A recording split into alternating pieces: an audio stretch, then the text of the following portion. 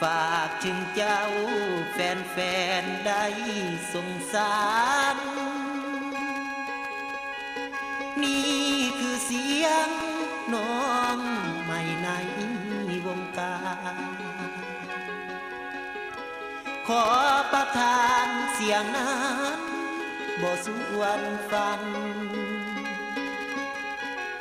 โอ้ยเด้อเสียงบ่ดังบ่หาวพวกพ่อแม่อาอภัยให้หลานแดง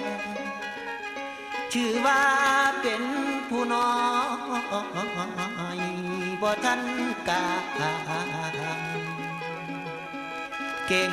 สนามหน้าแฟนฟังโอ้ยละนา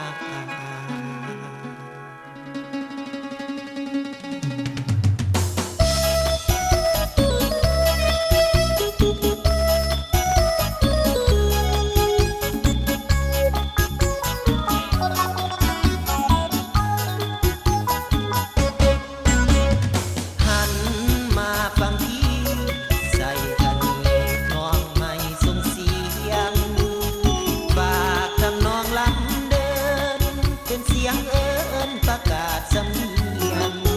ใส่ชะนีนอนไม่ส่งเสียง